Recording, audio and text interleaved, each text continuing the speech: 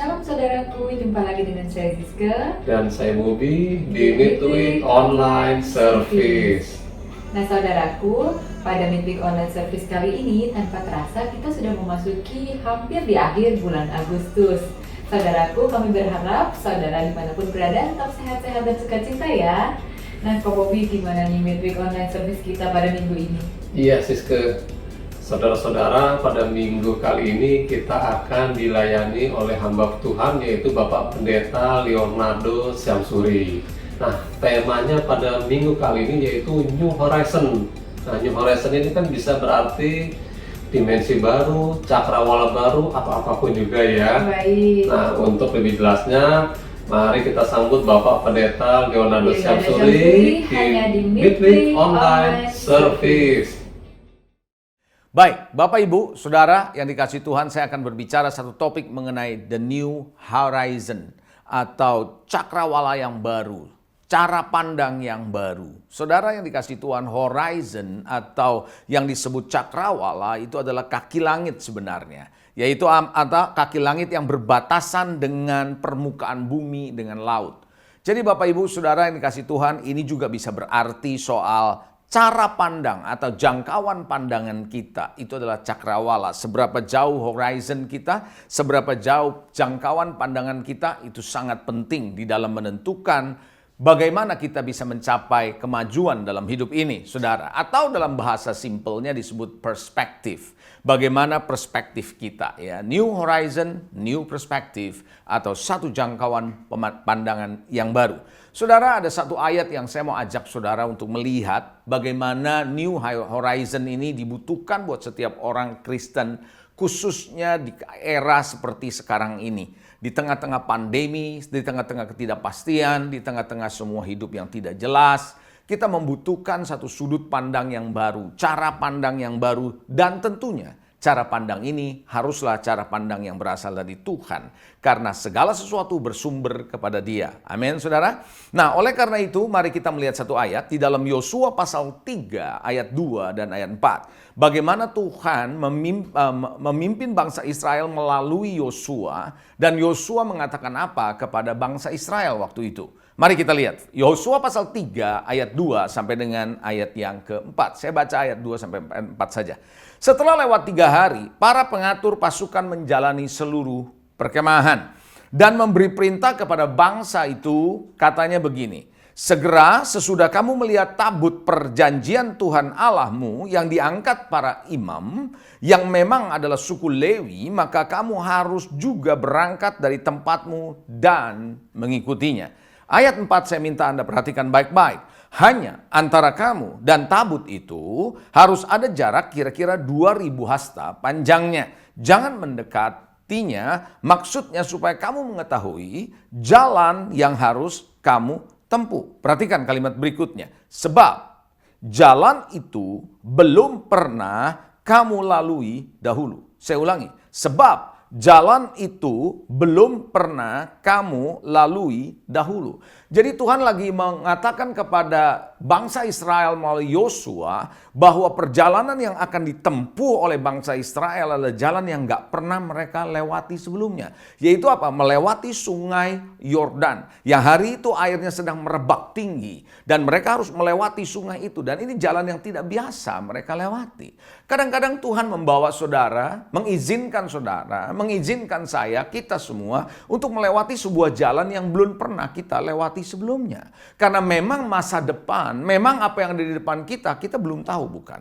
Kita belum mengerti bukan? Itulah sebabnya kenapa Dia suka membawa kita kepada adventure, kepada hal-hal baru, tapi Dia selalu ada beserta dengan kita. Itu yang paling penting, saudara. Sekalipun harus melewati laut kosong, asal ada Tuhan, segala sesuatunya menjadi aman. Mana pernah orang melihat ada laut terbelah bukan? Nggak pernah, sesuatu yang baru. Saya percaya di era seperti ini akan ada hal-hal baru yang Anda harus hadapi. Jangan takut, jangan gentar, jangan kaget, jangan shock. Percayalah Tuhan sudah ada di depan saudara. Yang setuju sama saya boleh katakan amin.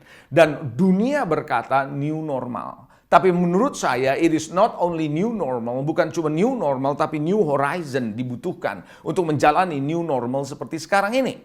Oleh karena itu, saudara yang dikasihi Tuhan, biarlah Anda dan saya kita semua mempunyai perspektif yang baru, cakrawala yang baru, menuju masa depan baru. Karena itu ketika bangsa Israel dibawa menuju negeri Kanaan oleh Yosua, Tuhan sedang mengajarkan mereka untuk melihat cakrawala yang baru, melihat ke depan hal-hal yang baru. Saudara, ada satu slide yang saya sampaikan kepada saudara, ketika jangkauan pandangan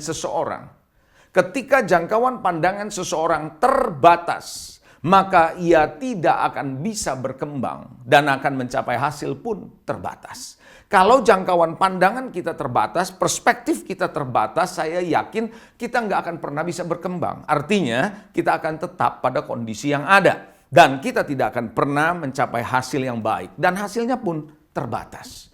Oleh karena itu, saudara, gampangnya kita lihat begini. Seorang karyawan biasa dengan seorang pemilik perusahaan, pasti cakrawalanya atau horizonnya berbeda dalam melihat usaha. Dalam melihat kehidupan ini juga bahkan. Lihat pekerjaan, lihat tanggung jawab, pasti beda. Betul ya saudara ya? Karena apa? Karena cakrawala yang berbeda saudara. Hal yang sama saudara, seorang pemimpin dengan seorang yang dipimpin juga berbeda. Pasti saudara. Oleh karena itu, sama saja orang tua dengan anak bukan? Ketika kita menjadi orang tua, cakrawala pandangan kita, perspektif kita beda dengan seorang anak yang masih kecil. Karena pandangan mereka terbatas, jangkauan mereka terbatas. Betul ya saudara? Itulah sebabnya suatu ketika Elisa bersama Gehasi, bujangnya, dikepung oleh musuh, tentara Aram. Ketika mereka ada di Dotan. Saudara, ketika musuh datang mengepung mereka, oleh karena Elisa selalu memberitahu kepada Raja Israel tentang musuh yang akan datang. Jadi mereka berpikir, wah ini ada konspirasi, ada sesuatu konspirasi dari musuh nih, dari yang musuh dalam selimut begitu kira-kira. Nah saudara, ketika dia diserang saudara, apa yang terjadi? Di dalam 2 Raja-Raja pasal 6 ayat 15 dan 17 sampai 17 saya akan bacakan ayatnya.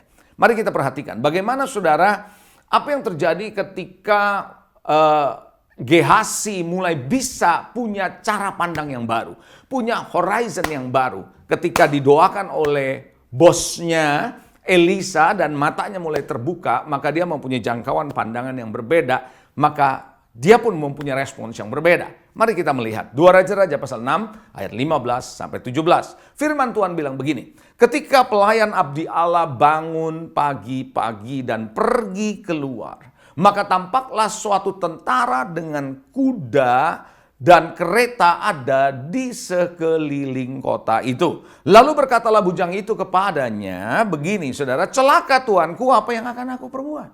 Celaka tuanku, apa yang akan kita perbuat?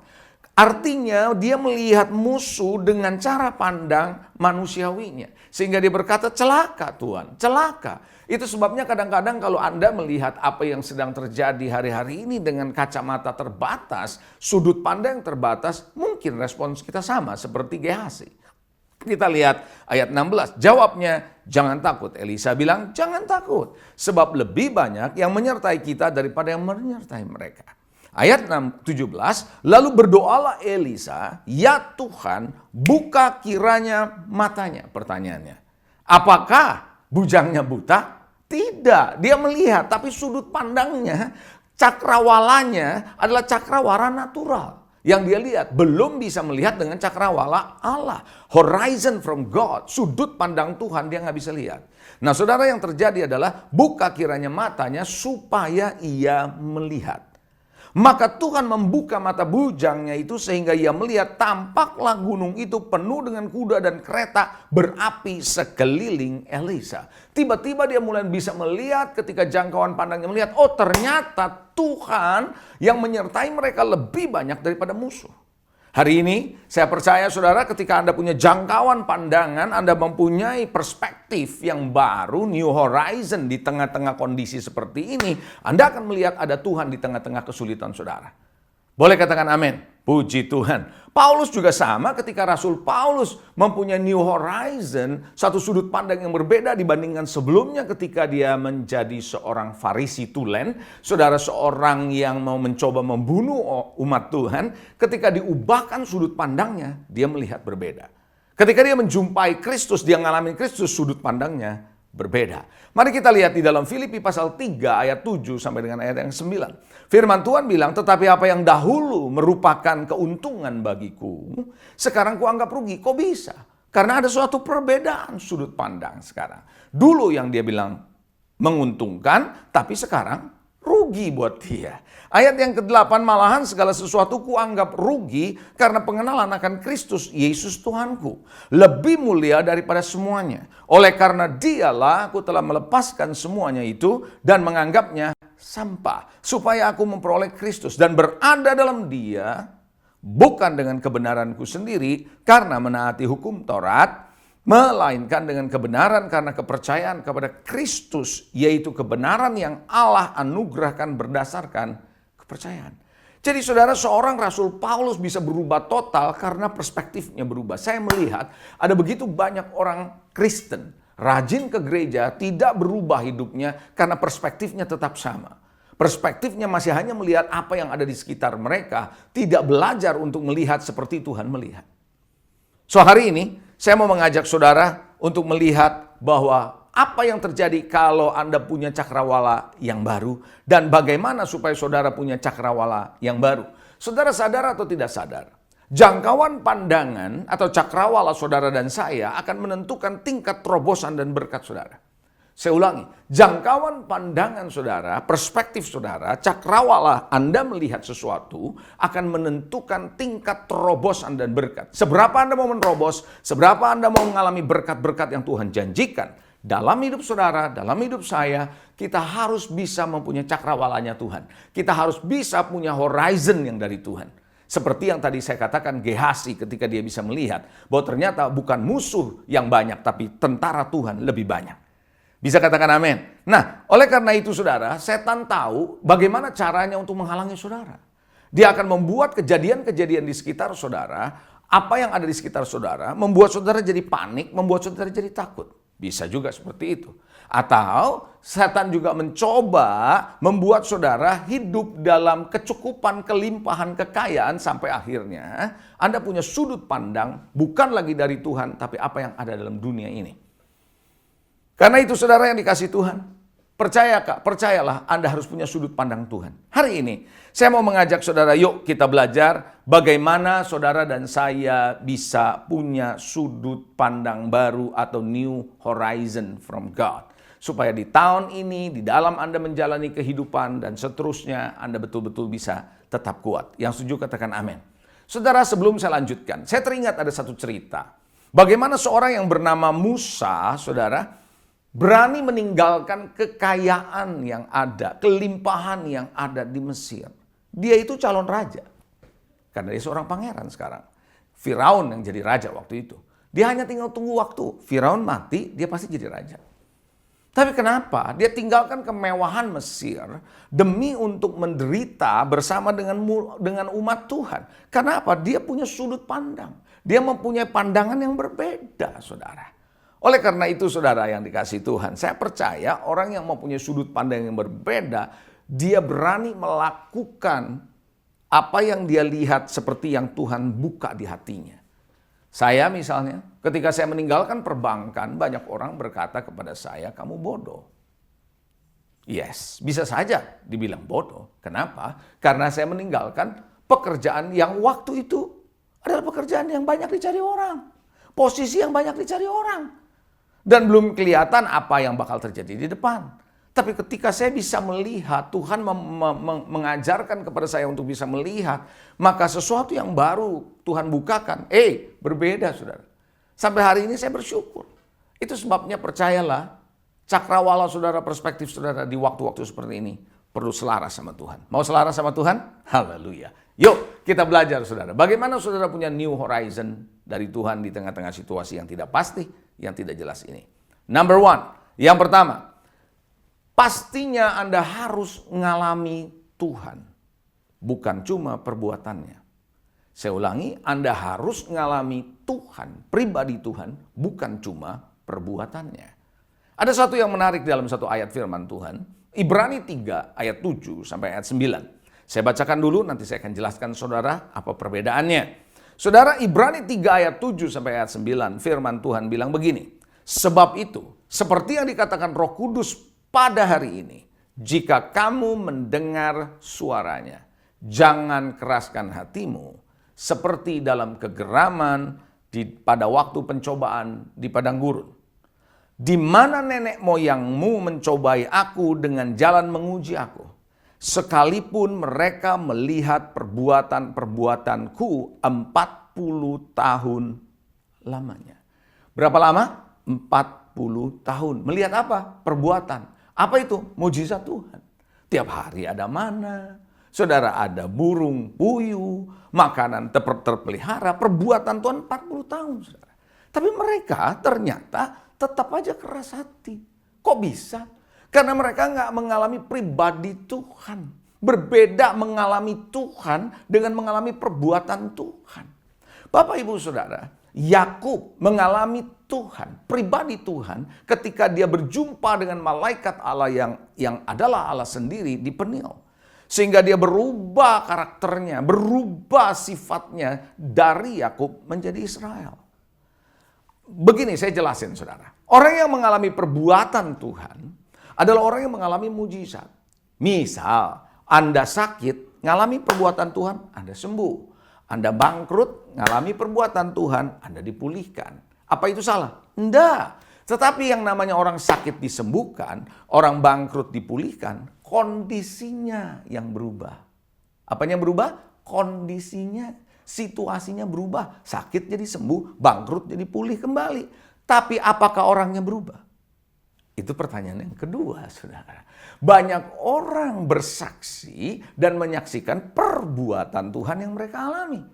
Tapi mereka belum pernah atau belum bisa menceritakan bagaimana perjumpaan dia dengan pribadi Tuhan. Karena orang yang mengalami perjumpaan pribadi dengan Tuhan, mengalami Tuhan secara langsung, secara pribadi, dirinya yang berubah. Kondisi mungkin tetap sama, kondisi mungkin belum berubah, tapi dirinya berubah. Saudara yang dikasihi Tuhan, bukankah Sakeus seperti itu? Saudara, Sakeus adalah orang kaya. Saudara, yang dia mau cari adalah siapa Tuhan itu seperti apa. Dan dia ngalami Tuhan. Nah, ketika dia ngalami Tuhan, apa yang dia bilang? Separuh hartaku aku jual. Untuk aku bagi kepada orang miskin. Emang pernah, saudara, dia mikirin orang miskin? Saudara, dia itu adalah mafioso, mafia, saudara. Dia memeras. Dan dia bilang orang yang pernah aku peras aku ganti 4 kali. Wow, terjadi perubahan di dalam dirinya. Kenapa? Karena dia mengalami perjumpaan pribadi dengan Tuhan. Sudahkah Anda mengalami perjumpaan pribadimu dengan Tuhan? Paulus sama. Ketika dia mengalami perjumpaan pribadi dengan Tuhan, dia mengalami perubahan. Sama dengan saya. Ketika saya mengalami perubahan, mengalami perjumpaan dengan Tuhan, terjadi perubahan internal. From the inside out. Kenapa? Karena sesuatu yang dari dalam sudah berubah. Itulah yang akan menolong saudara untuk bisa connect dengan Tuhan well.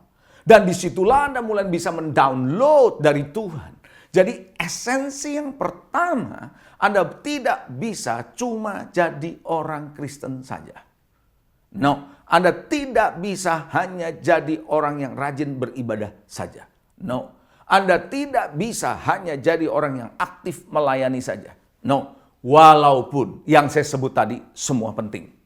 Bukan berarti Anda tinggalkan itu. No, Anda tetap beribadah, Anda tetap melayani, tentu itu penting. Tetapi saudara, tidak hanya ditentukan oleh itu saja. Orang Kristen harus bisa ngalami Tuhan. Ketika dia ngalami pribadi Tuhan, dia ngalami Tuhan, maka di dalamnya akan terjadi perubahan. Saya banyak melihat orang Kristen yang rajin ke gereja, yang melayani, tapi yang belum mengalami Tuhan, hidupnya tidak berubah. Dia bisa bersaksi bagaimana sakitnya disembuhkan. Oh ya, Tuhan mau menyembuhkan sakit saudara. Keadaan kita berubah, perbuatan Tuhan kita bisa alami. Kita bisa bersaksi bagaimana kondisi yang bangkrut diubahkan oleh Tuhan. Silakan, itulah perbuatan Tuhan. Tapi yang saya mau tahu, yang kita perlu tahu, apakah kita sudah berubah? Bukankah Matius 7:21-23 Alkitab berkata, bukan setiap orang yang berseru aku Tuhan, Tuhan masuk dalam kerajaan Allah. Bukankah pada akhir zaman nanti mereka akan bilang saya sudah bernubuat demi namamu, mengusir setan, melakukan mujizat. Itu semua adalah perbuatan. Tapi Tuhan bilang, I don't know you, aku tidak kenal engkau. Artinya apa? Di dalam diri kita belum mengalami perubahan. Kenapa? Perubahan dari dalam itu penting. Mengikut Tuhan artinya yang di dalam ini frekuensinya harus sama dengan Tuhan. Bisa katakan amin? Tahukah saudara Android tidak bisa kerjasama dengan iOS di dalam hal sistem operasinya? Hal yang sama kalau Anda mau berjalan bersama dengan Tuhan, di dalam saudara harus selaras dengan dia. Harus punya frekuensi yang sama. Yang setuju katakan amin. So itu adalah yang pertama. Alami Tuhan. Bukan cuma alami perbuatannya. Haleluya. Amen. Yang kedua saudara. Kalau Anda sudah ngalamin perubahan di dalam, baru Anda bisa miliki cara pandang Tuhan. Itu poin yang kedua. Miliki cara pandang Tuhan. Anda tidak mungkin dapat melihat masa depan yang Tuhan sediakan dengan menggunakan kacamata atau jangkauan pandangan atau perspektif atau horizon natural. Apalagi kacamata perspektif kondisi di sekitar saudara yang hari-hari ini sedang ada. Saya ulangi, Anda tidak mungkin dapat melihat masa depan yang Tuhan sediakan buat saudara dan saya, yang tentunya masa depan yang gilang gemilang, dengan menggunakan kacamata atau jangkauan pandangan atau perspektif atau horizon yang natural sifatnya. Apalagi kita menggunakan kacamata kondisi. Tidak bisa. Makanya di dalam Pengkhotbah 3 ayat 11 ada satu ayat yang menarik. Banyak orang Kristen mengutip ayat ini cuma sepertiganya. Firman Tuhan bilang begini, Ia membuat segala sesuatu indah pada waktunya. Berhenti sampai di sini. Tapi harus dilanjutkan. Bahkan Ia memberikan apa? Kekekalan dalam hati mereka, tapi manusia tidak dapat menyelami pekerjaan yang dilakukan Allah dari awal sampai akhir. Bapak Ibu Saudara, dimensi kekekalan perlu ada dalam diri saudara. Itu sebabnya poin pertama tadi, ketika kita mengalami Tuhan, maka terjadilah perubahan internal kita. Frekuensi di dalam berubah, mulailah kita bisa melihat dimensi kekekalannya Tuhan. Karena cara Tuhan bekerja dalam hidup saudara, melihat saudara hari ini dan ke depan, dia melihat dalam dimensi kekekalannya. Yang tidak sama dengan dimensi natural ini, saudara. Tahukah saudara apa yang dialami oleh Yusuf ketika dia dijebloskan ke sumur, dijual di rumah Potifar, lalu kemudian masuk penjara? Di mata Tuhan dalam kekekalan itu semua baik. Bahkan indah pada waktunya. Saudara yang dikasih Tuhan, kenapa? Karena dia merancangnya dari sudut kekekalan. Manusia tidak melihat itu sesuatu yang baik. Mungkin Yusuf juga tidak melihat itu sesuatu yang baik. Sudut pandangnya adalah dengan kondisi. Sudut pandangnya adalah apa yang dialami. Yang dia lihat natural. Itu sebabnya dia tidak bisa melihat rancangan Tuhan ke depan. Sebagai orang yang ditinggikan di Mesir, dia nggak bisa lihat. Halo? Saudara, itulah sebabnya kenapa Paulus berkata, carilah perkara yang di atas. Di mana Yesus ada di sana. Bukan perkara yang di bumi. Anda harus punya perspektif, sudut pandang yang Tuhan. Kita harus bisa belajar untuk melihat yang tidak kelihatan.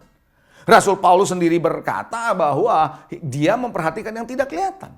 Karena yang kelihatan itu sementara. Artinya apa? Dia melatih dirinya, dia terus menyelaraskan dirinya untuk punya sudut pandang Tuhan. Bahkan Ibrani 11 ayat ketiga, kalau Anda baca firman Tuhan Ibrani 11 ayat 3, ini menarik ayat ini loh saudara.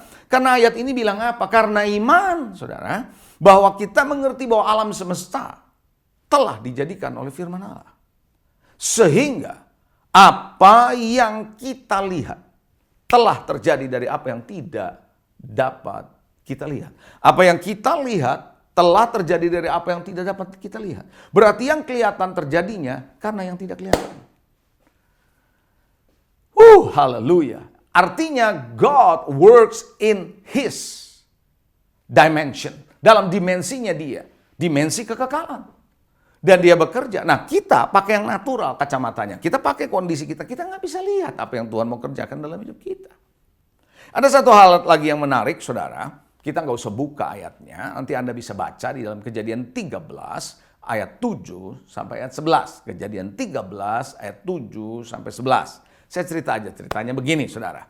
Bagaimana ketika Abraham dan Lot masing-masing gembala mereka punya domba udah makin banyak. Tanah udah nggak cukup saudara. Nggak cukup sudah. Nah saudara yang dikasihi, apa yang dikatakan? Dikatakan oleh Abraham, Lot kamu harus pilih. Kalau kamu ke kanan, aku ke kiri. Kita nggak bisa begini terus. Karena gembalamu dengan gembalaku bertengkar terus ini. Ya, kamu ke kanan, aku ke kiri. Kamu ke kiri, aku ke kanan. Please. Sekarang privilege-nya ada pada kamu. Pilih. Nah, apa yang dipilih oleh Lot? Lot memilih tentu yang berkaitan kepentingan buat dombanya, bukan? Karena dia pilih yang pertama, pasti ada pilihan yang terbaik buat dia. Dia melihat tanah yang hijau. Dia melihat rumput yang hijau. Dia melihat air. Nah, ini kan cocok buat dombanya. Jadi dia ambil bagian yang terbaik. Menurut kacamata dia. Menurut pandangan dia. Karena dia melihat itu yang baik. Betul ya? Nah, karena dia udah milih itu, so Abraham harus milih sisanya dong yang kurang baik. Setuju ya? Tapi dia bersama dengan Tuhan. Itulah sebabnya saudara, walaupun mungkin Abraham dapat tanah yang agak kering, nggak seperti itu, nggak subur seperti Lot. Tetapi ketika dia melangkah bersama dengan Tuhan, Tuhan bisa mengubah yang kering, yang tidak subur menjadi subur. Karena Allah pemilik segala sesuatunya. Bisa katakan amin, saudara. Oleh karena itu, saudara, apa yang terjadi? Lot nggak tahu bahwa tanah yang dia pilih belakangan ternyata menjadi Sodom dan Gomora. Jangan pernah berpikir, saudara, sudut pandang yang kita lihat sekarang, yang dunia tawarkan mungkin ini baik. Tapi kita harus belajar, saudara, melihat apa yang Tuhan katakan. Makanya kenapa? Saudara harus siap berubah. Karena ada jalan baru yang Tuhan berikan kepada saudara yang kadang kala nggak enak kita lewati, menakutkan. Tapi percayalah, Tuhan beserta kita. Katakan amin. Itu adalah poin yang kedua yang perlu Anda perhatikan. Poin yang ketiga, yang terakhir. Saudara, kalau Anda mau betul-betul melihat new horizon dalam hidup saudara, selain Anda ngalami Tuhan, bukan cuma perbuatannya. Ingat, saya nggak bilang perbuatannya salah ya. Alami Tuhan, bukan cuma perbuatannya. Dan yang kedua, miliki cara pandang Tuhan. Dan yang ketiga, Anda harus berani melangkah dengan iman dan keberanian. Harus melangkah dengan iman dan keberanian. Boleh saja Anda punya sudut pandang yang dari Tuhan. Tapi kalau Anda nggak punya iman untuk melangkah, apa yang terjadi? Makanya saudara bertindak dengan apa yang ada. Dengan apa yang Anda bisa lakukan, sesuai dengan apa yang Anda dan saya percayai. Kita percayai. Jadi apa yang kita percayai sama Tuhan, apa yang ada di tangan kita, apa yang kita bisa lakukan, lakukan saja. Kalau bahasa slogan sebuah produk namanya just do it. Just do it. Lakukan saja. Ada satu ayat Yakobus 2 ayat 22, firman Tuhan bilang begini. Kamu lihat bahwa iman bekerja sama dengan perbuatan-perbuatan. Dan oleh perbuatan-perbuatan itu, iman jadi sempurna. Saudara, jadi kalau Anda mau melihat imanmu makin bertumbuh, Anda harus melakukan apa yang Anda percayai. Saudara, apa yang kita percayai layak untuk dilakukan dengan segala macam resikonya. Karena kita punya kepercayaan. Kalau kita nggak berani melangkah, nggak berani punya iman, nggak berani punya iman dan tidak punya keberanian, nggak layak, saudara, apa yang kita percayai. Artinya pertanyaannya gini, bener nggak kita percaya kalau begitu? Kalau kita percaya, kita melangkah dengan iman. Amin. Saya banyak kesaksian, saudara, di tengah-tengah situasi seperti sekarang ini. Saudara, jemaat yang saya pimpin di gereja, ketika mereka melangkah dengan iman, sesuatu terjadi. Di tengah-tengah situasi seperti ini. Yes. Saudara, keadaan ekonomi lagi babak belur. Ternyata dia diingatkan untuk mengembalikan persepuluhan kepada Tuhan. Saudara, bagaimana mungkin coba? Orang duit lagi susah, lagi keadaan ekonomi susah, tapi Tuhan ingatkan dia. Loh, saya nggak ngomong sama dia, tapi dia juga diingatkan. Saudara, betapa pentingnya kembalikan persepuluhan. Dan apa yang terjadi ketika dia lakukan? Perusahaan di tempat dia bekerja diberkati. Sehingga dia bisa mendapat bonus. Wow, kok bisa ya? Bisa terjadi, saudara. Iman harus dilakukan dengan ditindaklanjuti dengan perbuatan kita. Dan harus punya keberanian. Yang setuju katakan amin. Saudara yang dikasih Tuhan, Daud hanya mengandalkan sebuah batu untuk melawan Goliat. Dia punya iman, dia punya keberanian, dia melangkah. Anda sudah tahu ceritanya sesudah itu. Saudara, Anda harus tahu bahwa Tuhan mampu bekerja melampaui apa yang saudara pikirkan, apa yang saudara doakan. Melampaui. Exceeding abundantly kalau dalam bahasa Inggrisnya. Anda mesti mengerti bahwa Tuhan bekerja melampaui apa yang kita pikirkan. Bahkan doa kita nggak sampai loh saudara. Nggak nyampe apa yang kita mau. Tapi Tuhan bisa bekerja melampaui apa yang kita doakan. Artinya, bahkan kita tidak doakan pun Tuhan sediakan. Kira-kira gitu. Oleh karena itu saudara yang dikasihi, jangan batasi pikiranmu. Jangan batasi Tuhan dengan doamu. Jangan batasi Tuhan dengan pengetahuanmu. Jangan batasi Tuhan dengan apa yang ada padamu. Amin saudara. Apa yang ada pada tangan saudara? Apa yang ada pada saudara? Kerjakan. Itu sebabnya ketika Saul, saudara, diurapi oleh Tuhan, Tuhan berkata kepada Saul, apa saja yang ditemukan di tanganmu kerjakan, karena aku menyertai engkau. Jadi saudara, percayalah melangkah dengan iman, dengan keberanian. Why? Karena Allah kita adalah Immanuel. Dia beserta kita di tengah situasi ini. Dan dia adalah Allah yang Ebenezer, sudah memimpin kita sampai hari ini, maka dia akan memimpin kita sampai ke tahun yang akan datang. Kalau Tuhan pimpin kita dari tahun yang lalu, di awal COVID sampai sekarang, Tuhan pelihara, saya percaya sampai ke depan, Tuhan pelihara. Ebenezer. Ada amin? 3 hal. Alami Tuhan, bukan cuma perbuatannya. Miliki sudut pandang dari Tuhan, artinya Anda harus melatih pikiranmu, terus melihat yang di atas. Melatih pikiranmu, melatih pandanganmu kepada apa yang Tuhan sudah katakan dalam firman-Nya. Dan yang ketiga, melangkah dengan iman dalam keberanian. Tuhan Yesus memberkati, saya percaya Anda punya new horizon. Berjalan sesuai dengan tuntunan Roh Kudus di hari-hari terakhir ini. Mari kita berdoa.